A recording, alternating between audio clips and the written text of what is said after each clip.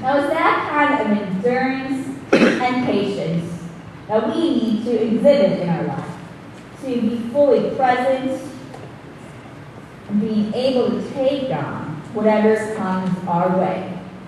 There's this saying that I've heard several times, that there's two certainties in life, death and taxes, but I would most definitely add a third.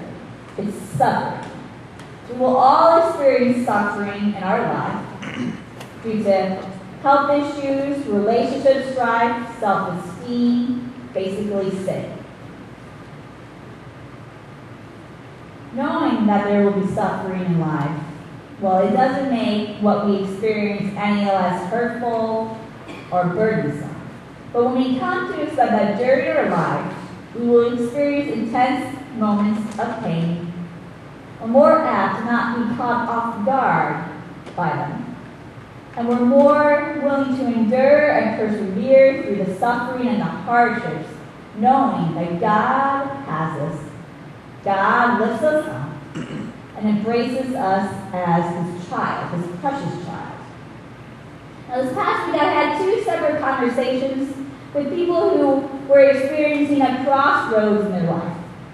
People who are Christians and believe in God and who go to church. And they both said that this particular moment in their life will determine if they indeed practice what they preach, so to speak. In this moment they were facing, they would either believe what they have heard on Sunday morning or they wouldn't. In this particular crossroads in their life, it would determine whether they believed what they said they believed or if they didn't. Now, we all know it's one thing to say, this is what I believe, and it's a totally other thing to put your belief in action.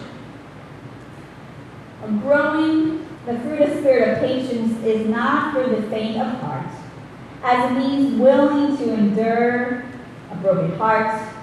As Christians, we are called to love others without requirement or restraint. That means love will not always be returned. Whenever we open ourselves up to be vulnerable, there will be times when trust will be severed and forgiveness will need to be extended. Growing the fruit of the spirit of patience is not for the faint of heart, as it means looking at the face of evil and not retaliating. As Jesus said, no more eye for an eye, tooth for a tooth business. Growing the fruit of the spirit of patience is not for the faint of heart, as it means willing to look past the evil and destruction that is embedded and present in the world, all the while believing there is a better way to live. And that better way is paved and bathed with peace and healing, instead of a way that deepens and widens the cracks of brokenness in the world and amongst God's people. The people we admire most in life are those who are determined to persevere with a holy patience. Those who are willing to endure great suffering for a higher calling, for a greater purpose. And they got Martin Luther King Jr., Nelson Mandela, Dorothy Day, and we admire ordinary people, people we personally know and love, who endure great suffering due to illness, grief, despair, all the while they believe there is still hope. Now, Jesus paved the way for us, showing us what it means to endure, what it means to experience long suffering, and He was willing to be nailed to that cross for all of our sakes. We too often think great leaders, great people in life are those who are charismatic, who are knowledgeable and smart. But studies have found that it's the ability to persevere, to endure, to be patient, that makes some people rise to the top.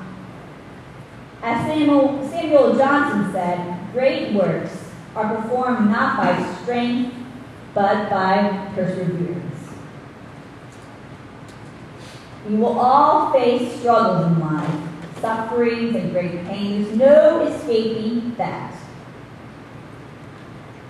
But what will make or break our life is if we are willing to face those struggles head on. We're willing to face our struggles with grace and have patience to endure them, knowing that we will get to the other side. As Aristotle said, patience is bitter, but its fruit is so very sweet. Maybe in your life, right now, you're at a crossroads. Maybe you're suffering, you're in grief, you're in pain. So I say to you, if that's you, if it's not you now, it will be you sometime. In those moments of great suffering, I ask that you be honest about the pain. You feel it, you give voice to it. But don't dwell in it for too long. And I also remind you to be patient with yourself. For you will endure it. You will get through the pain and the strife and the suffering. Because God is on your side and will never let you go. And the whole church said, Amen.